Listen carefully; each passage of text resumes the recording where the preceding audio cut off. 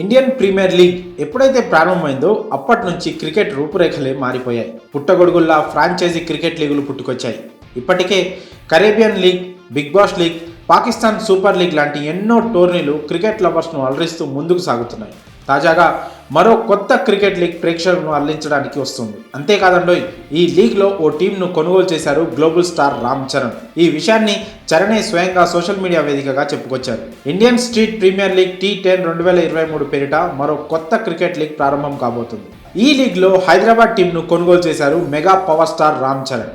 ఈ విషయాన్ని స్వయంగా చరణే వెల్లడించారు. ఈ విషయాన్ని మీతో పంచుకోవడం ఎంతో ఆసక్తిగా, సంతోషంగా ఉంది.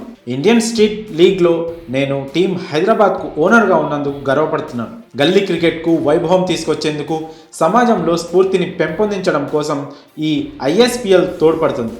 ఇక ఈ లీగ్లో హైదరాబాద్ కీర్తిని పెంచేందుకు మీరు నాతో చేతులు కలపండి అంటూ రామ్ చరణ్ ట్వీట్ చేశారు. అయితే ఈ నయా T10 లీగ్ గురించి, అలానే ఎప్పుడు ప్రారంభమవుతుంది తదితర విషయాల గురించి ఇంకా తెలియాల్సి ఉంది. స్ట్రీట్ క్రికెట్ ఆడే క్రికెటర్లను ఒక టీమ్గా ఫామ్ చేసి వారి టాలెంట్ను ప్రపంచానికి పరిచయం చేయనున్నారు.